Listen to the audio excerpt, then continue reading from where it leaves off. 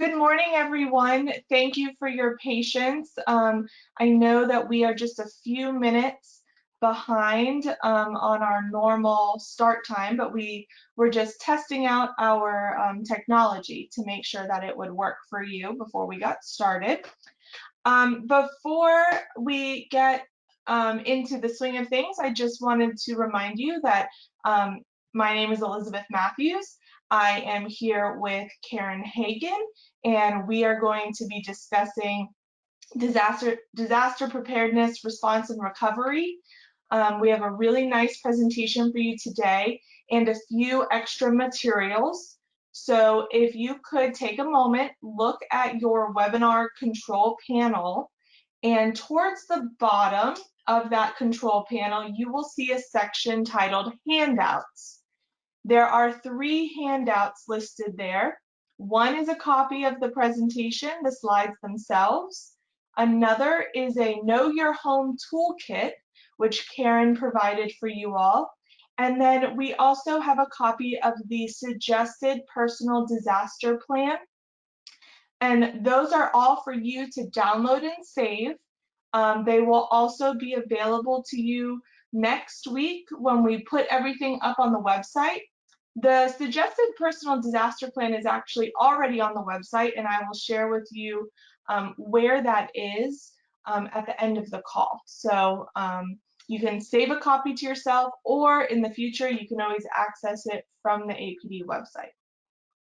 If you are joining us today for continuing education credit, like we have done in the past, there will be an assessment at the end of this training. I will share that information with you at the end. Briefly though, it is an 8-question assessment, and depending on your score, you can earn up to 1.5 credits for today's training. So be aware of that. We will share that with you at the end of the call.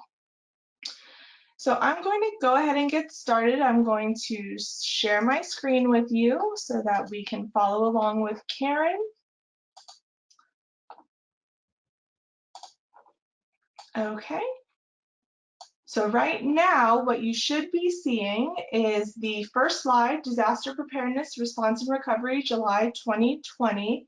If someone could just drop a message in our chat box to let me know that you are able to see that, that would be very helpful. Okay, great. We have people who are able to see it. Wonderful.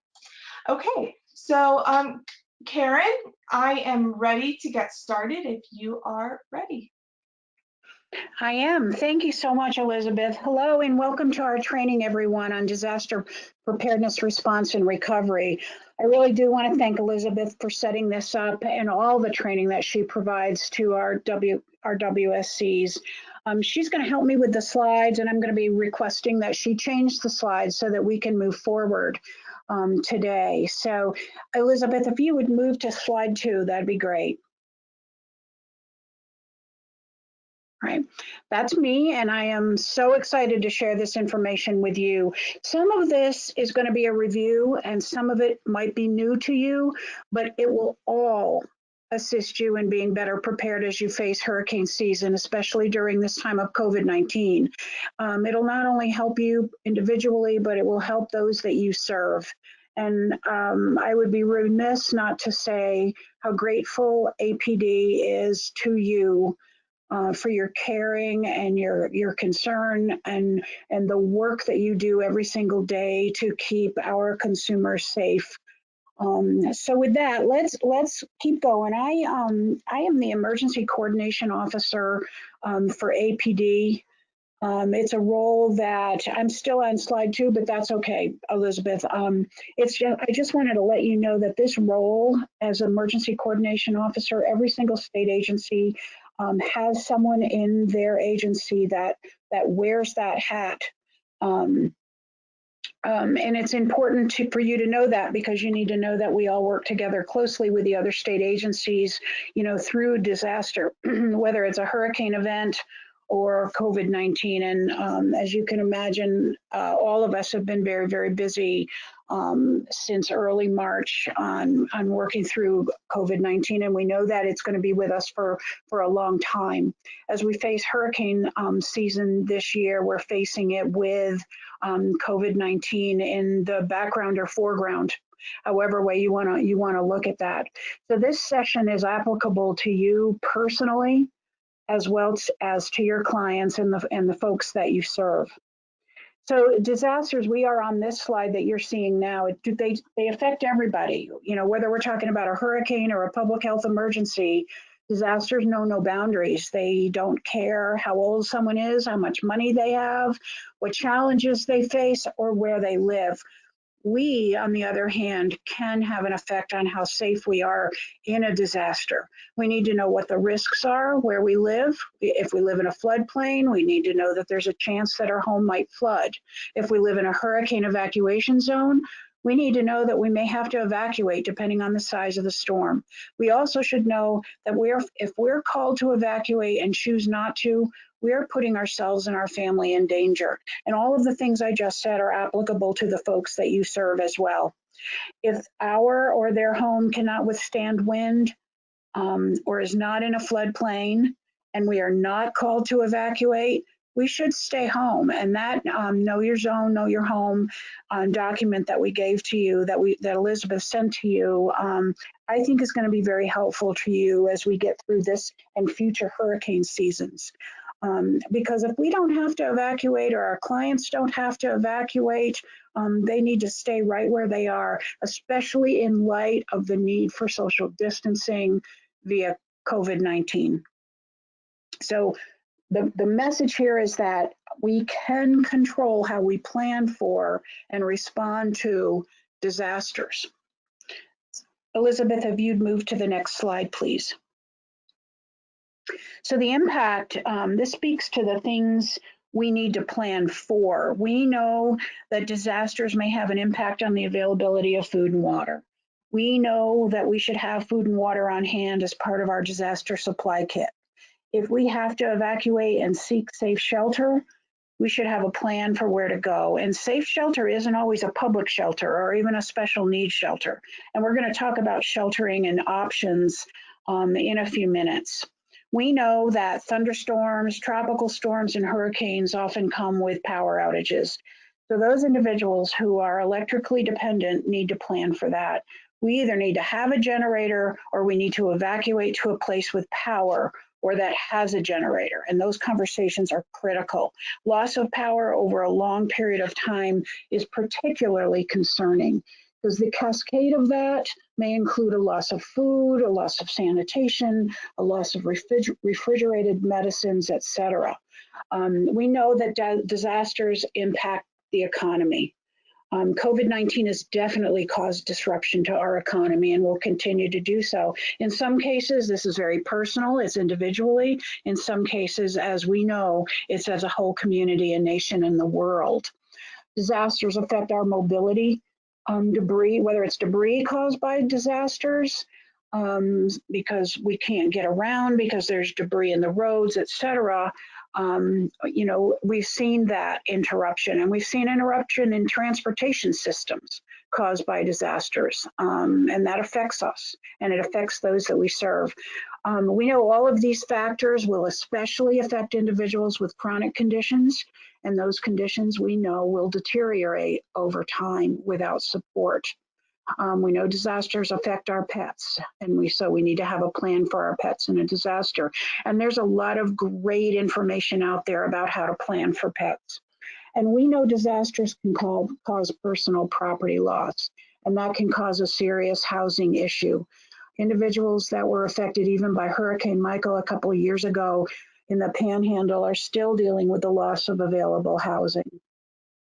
Elizabeth, if we can go to the next slide.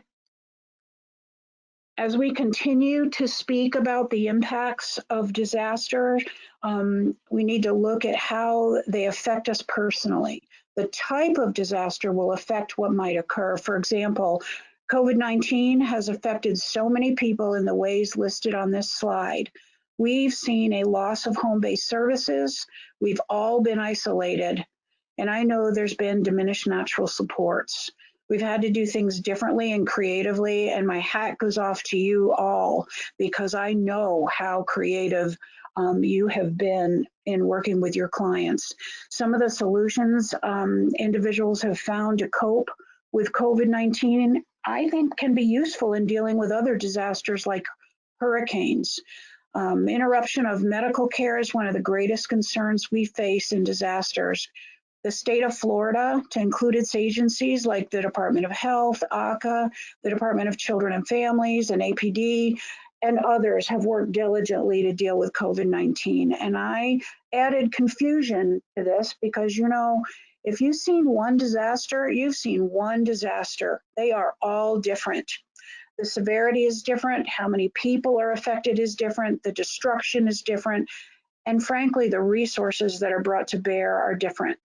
Sometimes we have a presidential declaration with federal resources brought to bear, and sometimes that does not happen. And there's rules and protocols in our state and in our country that guide those decisions. There's been a great deal of confusion, as you know, as we all know, surrounding COVID-19.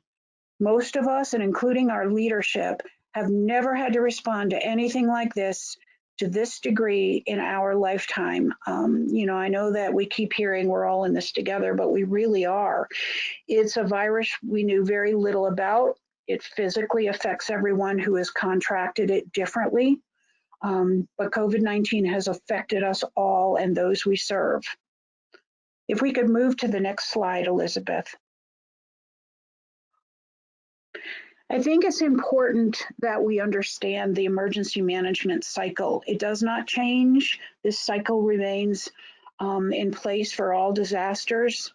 There's a methodology to emergency management, and I wanted to share it with you because it affects us. We are all part of this cycle, and we're all affected by it, and it is followed at the federal, state, and local level. We'll start with preparedness on the upper left-hand corner. That includes the development of plans, and we're going to talk about plans more later.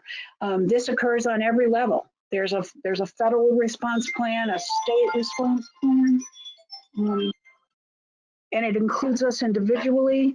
And we want to know that the state and county that we live in has a plan to deal with emergencies. And your county emergency management office also has a county emergency management plan.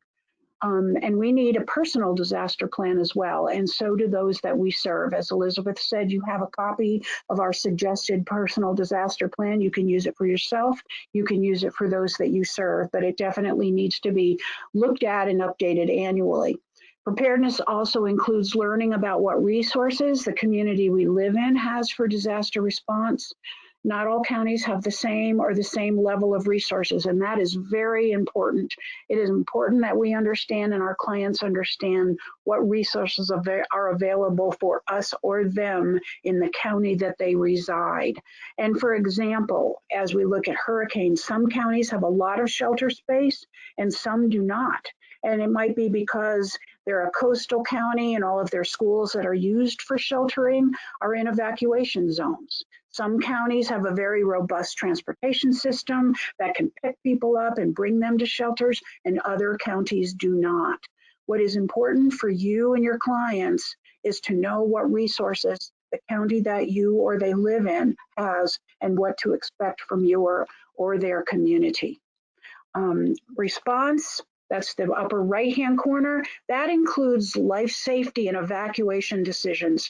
It includes sheltering, mass care, which is sheltering, feeding, and bulk distribution of necessities. That could be things like water or even MREs, which are meals ready to eat. And this is dependent on what problems the disaster has caused.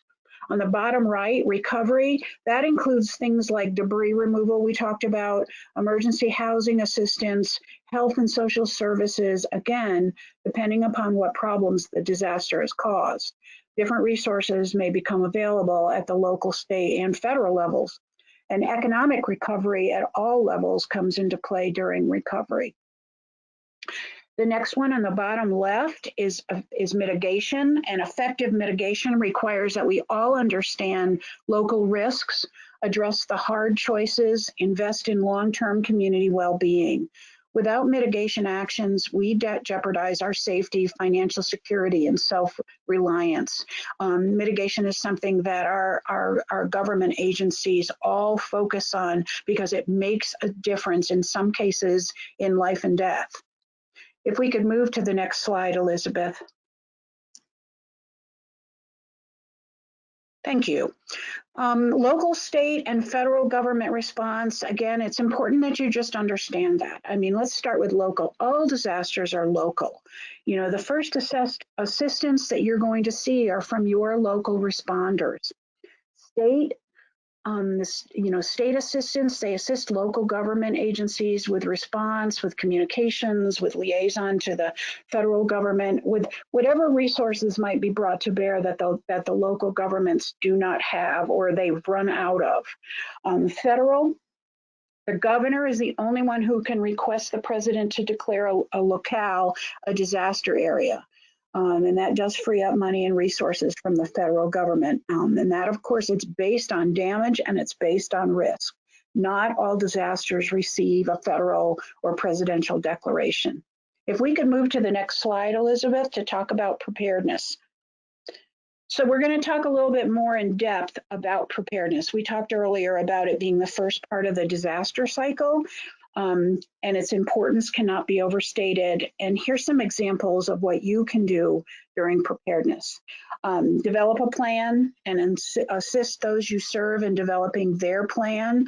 Once you get that plan developed, every year, updating it is going to be so much easier, but that time invested, it is a great return on investment because it truly can make a difference in how successful we are getting through a disaster. And there's a lot of examples of links to planning templates like the Florida Division of Emergency Management, the Red Cross, the fill in the blank plan we've given you.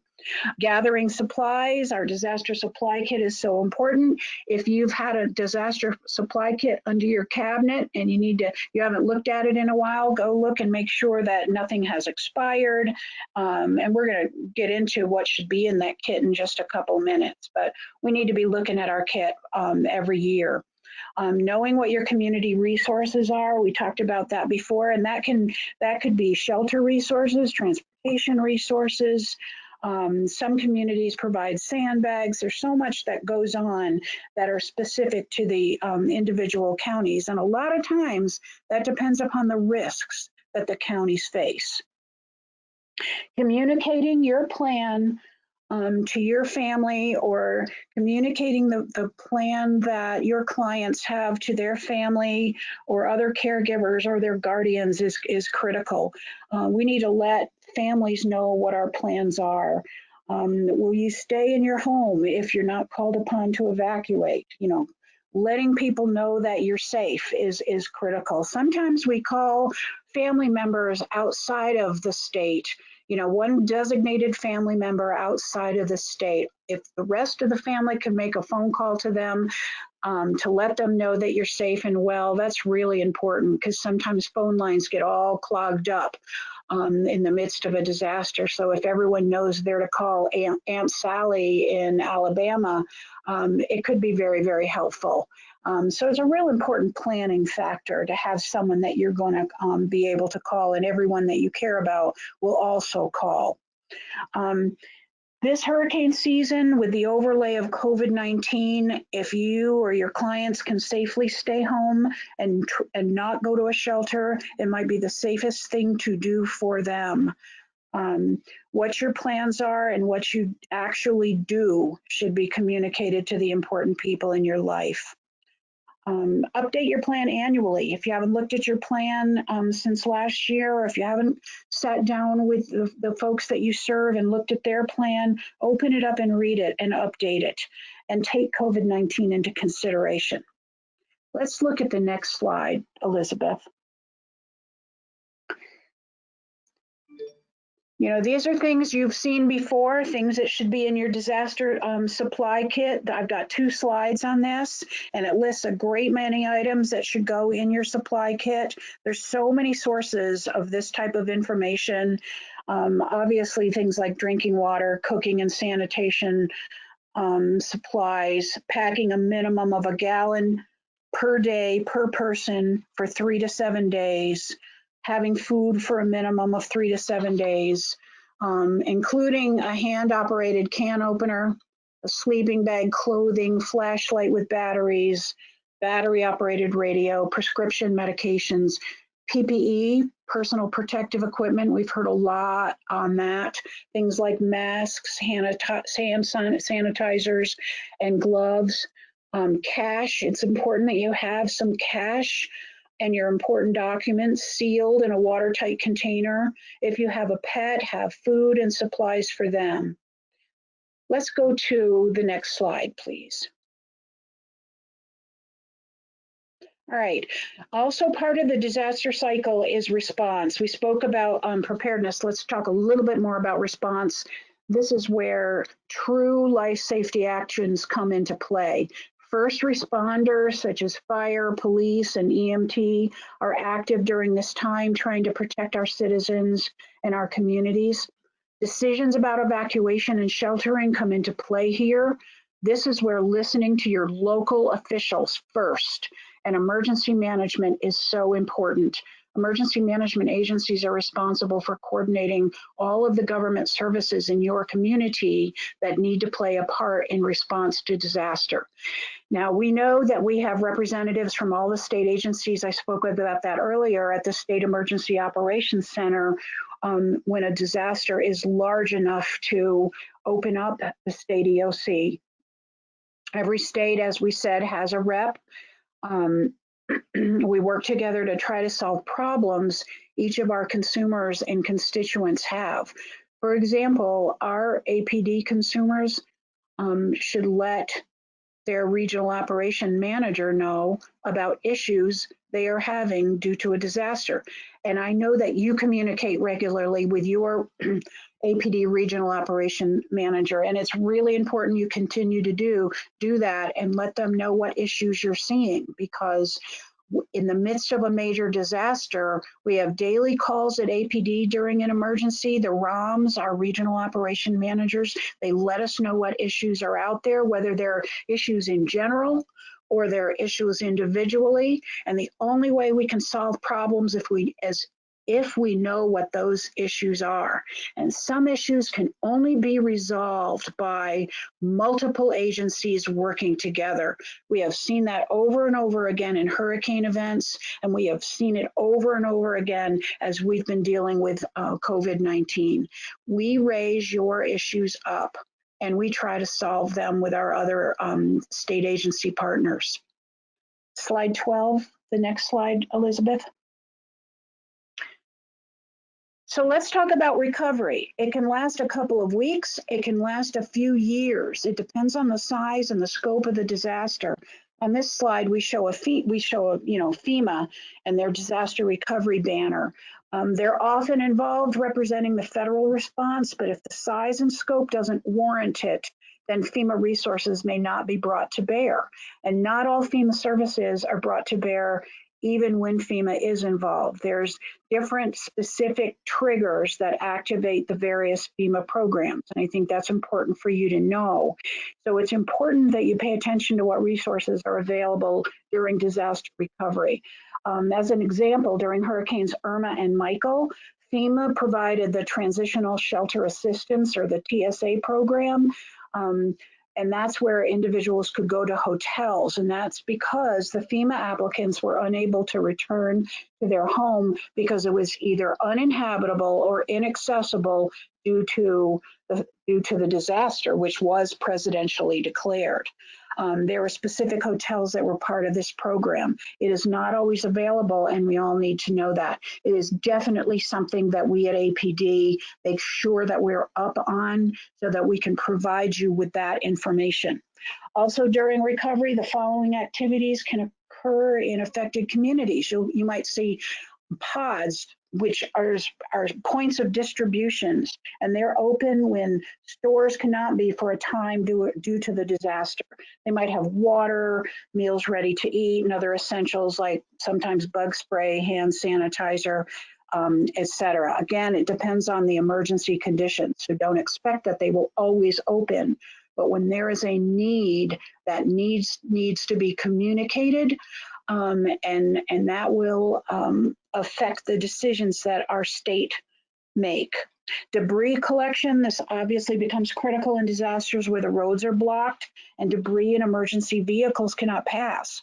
Information centers, we have seen them set up to help people understand what resources are available and how to apply for them. Sometimes it is done virtually, and I expect that to be the case this summer if we do have a hurricane event, mainly just to keep people safe and to continue on with social distancing. Individual assistance program, those are state or federal, and sometimes it's even local. And that allows individuals to request basic necessity assistance, again, depending on the extent of damage and what type of declaration we might have.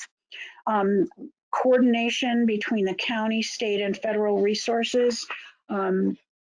That occurs at the county and state emergency operations centers. We have 67 counties in the state of Florida, and there are 67 county emergency operations centers, or EOCs, and a state emergency operations center.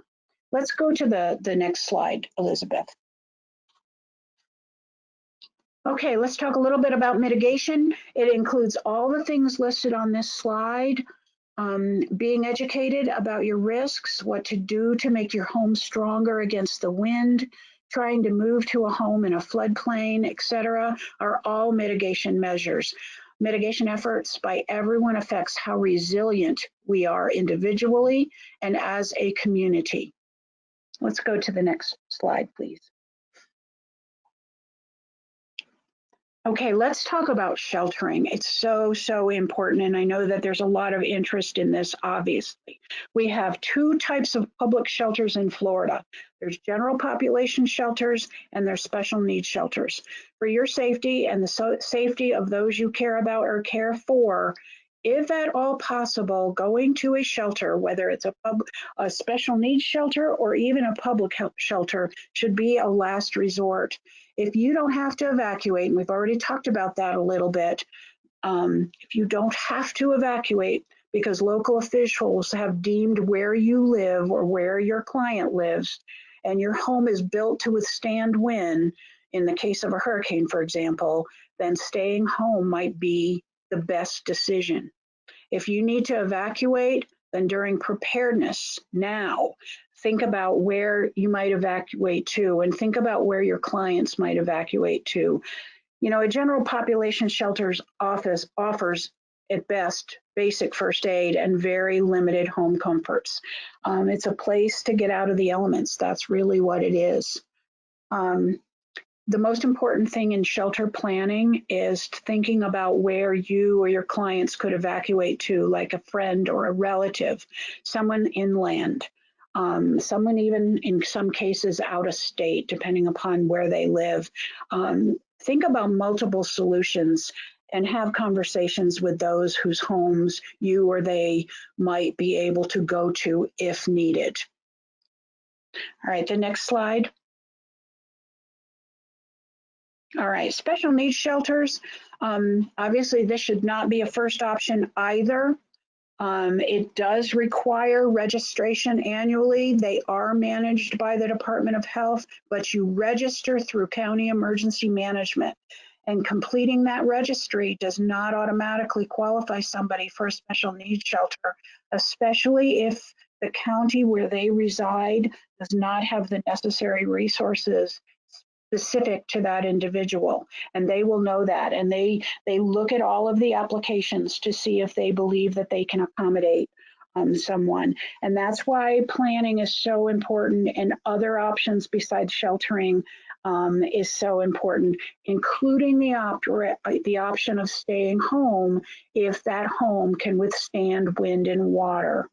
And that's why the Know Your Zone, Know Your Home document that Elizabeth sent to you is so important. Let's go to and continue to talk about sheltering alternatives on the next slide. All right, so when you're not in an evacuation zone, that is a time when we can consider staying home. Know your zone, know your home.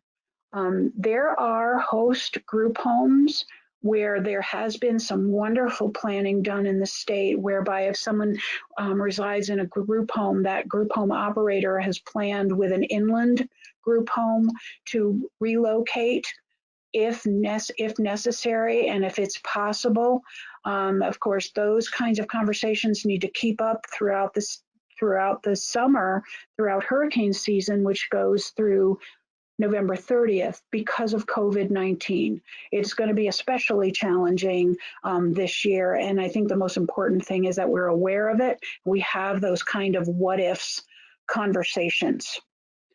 So there were some specs there about sheltering alternatives. We know that a lot of the counties this year, when they look at shelters and special needs shelters, where they might have planned for 20 to 40 square feet per person, they're now looking at 60 to 100 square feet per person, just because of the needs for social distancing.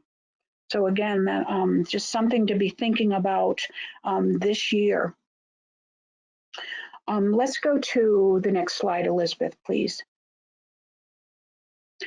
Evacuation issues. I think everyone that lives in Florida has experienced some type of evacuation issues over their lifetime. Sometimes if you have to leave the state of Florida, it could take upwards of 20 hours to leave the state. We know that in some areas. We know there could be shortages and high prices from a gas standpoint. I always keep my car filled up with gas throughout hurricane season. I always keep cash throughout hurricane season. It is so very important. We know that when people evacuate, if you could see this picture on this slide, there is road rage. We've had some evacuation scenarios in the state of Florida that have been exceptionally challenging. And there are service limitations. That's why keeping a full tank of gas, keeping the supplies in your car if you are going to have to evacuate is so important. We know that the lack of hotel space sometimes will lead to more people going into shelters than should. Again, especially challenging this season, this hurricane season. Know what your plan is and follow it. Know where you're going. Don't just get in the car and go. No, hopefully you've had conversations where you might be able to go. So, and if you start to hear about it and you're listening to the local radio, don't delay and go early. And that's the kind of guidance we need to provide to our clients. Let's go to the next slide, please.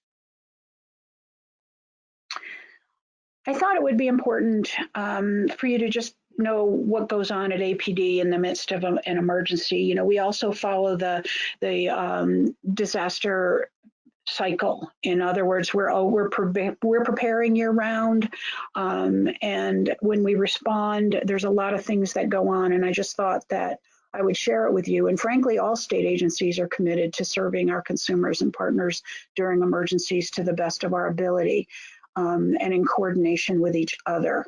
And with well-laid plans. We also go through the emergency cycles, as I explained earlier. We have a comprehensive emergency management plan. The state has a comprehensive emergency management plan. It really defines our concept of operation. It's talked about how we operate. It identifies those mission essential elements, because we need to make sure that the business of APD goes on so that you can continue to serve your clients, so that we can continue to support you. But we need to really identify what those essential functions are, and we do. We have an incident management team. We do have some alternative locations if we had to physically relocate, but for all intents and purposes, through this COVID-19 scenario, we have instituted our continuity of operation plan, which is the COOP, and we've done it during COVID-19 by working virtually. We always have a designated representative at the State Emergency Operations Center. We communicate that essential information to you, to the rest of our providers, and to our client, our consumers, coordinators, and our staff. And we work with partner agencies. As I said before, some issues have to be dealt with by working together with other state agencies on behalf of the people that we serve and those who serve them. Let's go to the next slide, Elizabeth. Information is key. We gather, in order to make good decisions, we have to have good information. So we gather information to help us solve problems. We present the issues that you have during emergencies to the state emergency response team at the State Emergency Operations Center when it is activated, and when it is not, we're still communicating with the partner agencies. We find out through you, through our regions, how our clients are doing. Your communication with us is absolutely critical. Your communication with the ROMs, just know that whenever you bring the issues up to them, they are sharing them with our folks at our state office so that we can try to solve problems. And some problems are easier to solve than others, obviously. But I do want to let you know that that's the process that we go through. So we need to just continue to keep talking. The next slide, Elizabeth. All right, let's talk about some response and recovery resources. I just wanted to let you know about some resources in case you need them. You have these slides, so you've got them.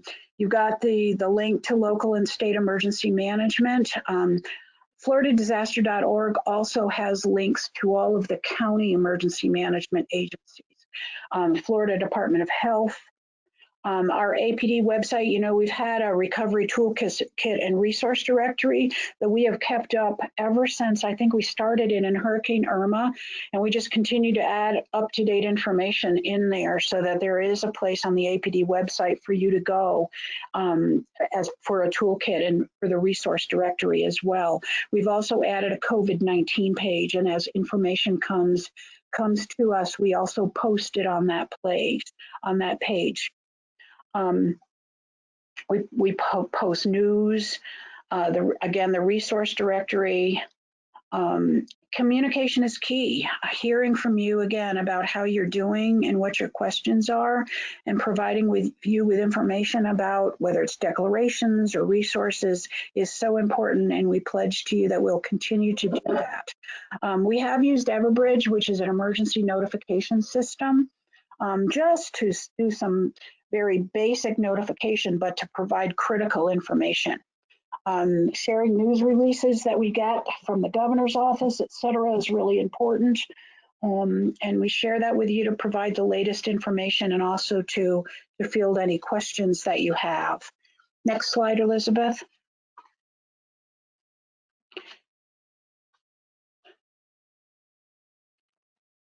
All right. We also do after action. We hear from you about what the issues are. I've kept a whole list of after action issues from COVID-19, although we know that it's going to be with us for quite a while. And so we know that issues are now we're talking about hurricane events, water and power, transportation, the curfew issues. We even had with COVID-19, there were some curfews put into place early on, and we got a curfew letter in the hands of those who needed it so that they could work with their clients. Communication, we know that sometimes cell service goes down. We know that access and functional needs are always something that we need to look at. And if something is not accessible for a number of reasons, we want to work together to ensure that we can help with that. Let's go to the next slide, please. All right, we need to be disaster ready. It's important for all of us to be disaster ready. And there's three things I want you to remember. There's no one size fits all disaster or emergency.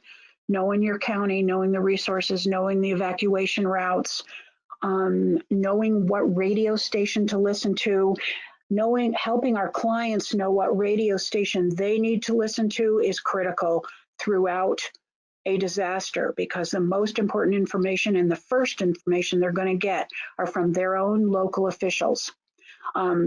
We need an all-hazard approach, thinking about the risk you face. Do you live on the coast? Do you live in a river? that might flood? Do you live near a nuclear power plant? Is your community affected by wildfires? It's important to know your risks so you can plan for what to do in these events. We've spent a lot of time talking about resources, both the resources you should gather in your disaster supply kit, as well as the resources that government may be bringing to bear and might be available to you. We've talked about the templates for a written emergency plan. I think that's, your county emergency management website is also a wealth of good information for you and good information for our clients specific to where they live. The CEMP, that means Comprehensive Emergency Management Plan for group homes. We've developed a plan template for our licensed group homes. It takes into account all the things we've been talking about and consideration of the needs and requirements of our consumers and the group home that they live in. We've talked about the personal disaster plan that Elizabeth sent you. State and federal emergency management also has templates. We thought it was important that you understand the role of what state and federal emergency management does, not just your county emergency management agency, because the resources brought to bear in major disasters are important to all of our recovery. Let's go to the next slide. This is a lot of information, I realize that, but you've got these slides and you can continue to ask questions long after this is over. The plan, you've heard the saying, when you fail to plan, you plan to fail. It's so true for emergencies. We care about you. We want you to take care of yourself. We care about the people you care for. And as you begin your planning, you may come up with questions. Obviously, there's always questions, but you might want to ask your family some of those questions. You might want to ask other providers questions. You might want to ask us, or even your emergency management director in your county some questions, or an agency you're associated with, like APD. It's a living document. It's ever changing. The key to planning is the process. It's the conversation that we have as we put the plan together. That's what really makes a difference. It's who we talk to, and we need to do it together. And we need to make sure that our clients are involved in those conversations as they put together their plan. Ensure that the people that we task with a role in the plans are aware of that. Don't just assume that they understand that and they remain available. If you state in your plan that a friend or relative are going to pick you up to bring you to a safe place, make sure that they know that that's what's expected of them. I've done disasters for a lot of years, decades. And I know that saying, okay, I have this information, who needs to know it? Or if there's information I need, it's who do I get this information from? Because really preparing for a disaster, it's a series of conversations. Communications is critical. Make sure you've got everyone's current phone number listed in your plan, posted on your refrigerator door, posted on your client's refrigerator door, whatever you think is most important, the radio station they should listen to, the people that they should call, what order they should call them. That's very comforting to them. It's comforting to all of us if we know we don't have to go getting on our computer to try to find phone numbers and there's a power outage. So I think that that's really important. That we post the most important and critical information somewhere that we know where to go and look for it. Practice your plan. Sometimes if you hear about a disaster occurring in another area, thinking about if this was me or this were my client, what would we need to do? Ask those questions and look at your plan and see if it covers it. Next slide. I know that I've covered a great deal. I know this says get involved. I mean, there's ways for you to get involved in your community, but I think you've got enough to say grace over. Just just with the work that you do, taking care of yourselves, taking care of your families, taking care of your clients. But these are two things that occur in almost every county in the state. The first one is the Community Emergency Response Team. It's a volunteer team that does training, and they work alongside their county emergency management office. And then the CERT is the State Emergency Response Team. That's what I've been talking about, how we have representatives from all state agencies that come together and work together and solve problems together. And we know that's happening right now with COVID-19 and will happen if and when we have a hurricane event or any other major disaster events. The last slide. All right, so I don't know how much time we have now. I know we've covered a great deal of information today. I hope it helped you think about your risks and your plan and the plan for your clients and what you'll do if a disaster happens to you. And as you know, disasters can happen at any time in any place, and their human consequences are sometimes hard to predict. But if you have a plan and you know what questions to ask and you communicate before, during, and after an emergency, you can mitigate the effects of a disaster on you, those you care about, and those you care for. And I just want to thank you so much for being on this call and for listening to what I've had to say. And I look forward to working with you and working through issues as we go forward. And that concludes. Thank you. That was wonderful. We do have a little bit of time. So what I would like to do, if you have questions, go ahead, start putting them into the chat box. And we will go through as many as we can. But while you guys are coming up with your questions, I did want to take a moment and share with you the places on our APD website that Karen was referring to. So I am going to switch to that and then show you all where it is. Give me one moment.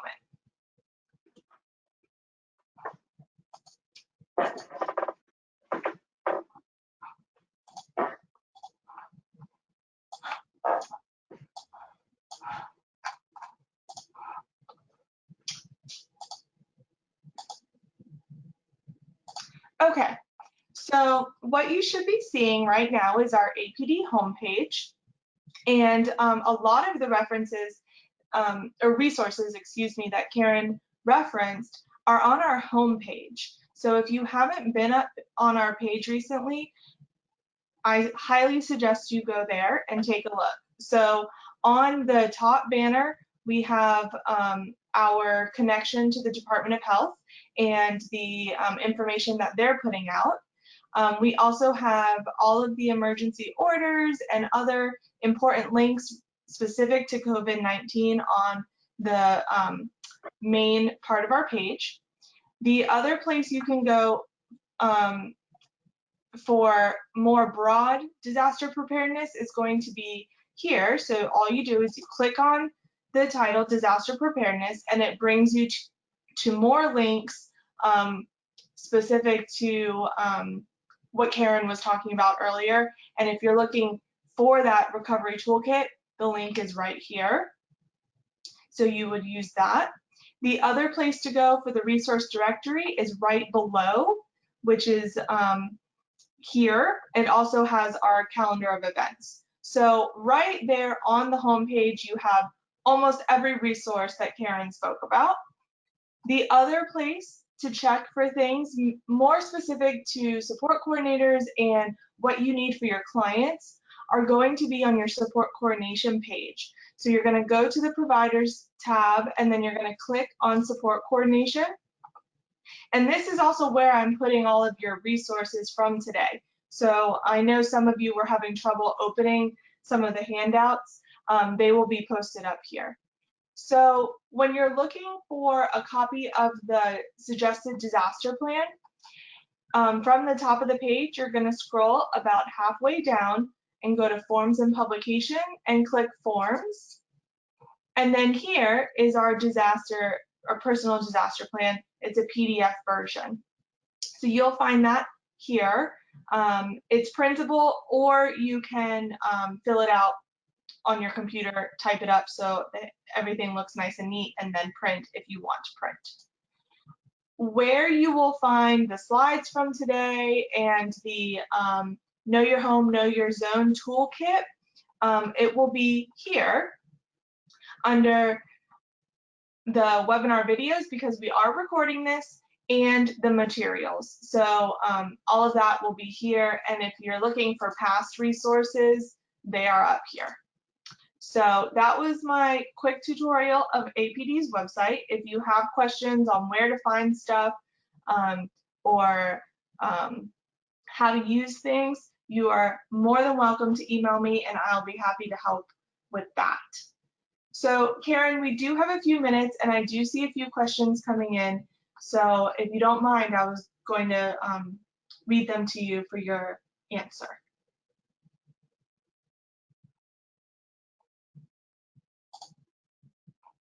Okay, so a question came in, and it is, what is an emergency communicator?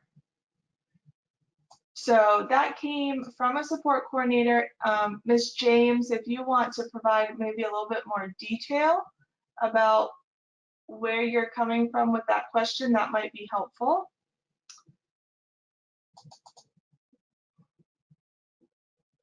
We also had a question come in, is a disaster plan required for minors living in the family home? That's a wonderful question. My suggestion is the conversation needs to happen with that family, since it is a minor, but there is no reason why you cannot prepare. So use these resources, have a conversation with that family, and if more questions come up from that conversation, feel free to send them to me, and I'll be happy to work with you one-on-one with that.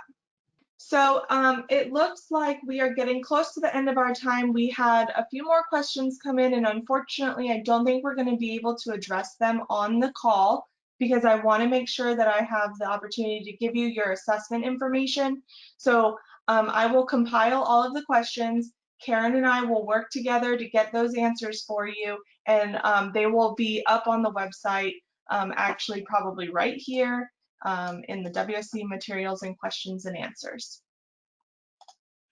And I just want to say thank you, Karen. Thank you, everyone, for joining. I appreciate your time, and I hope you all are doing well and staying safe. So have a wonderful Friday and a good afternoon.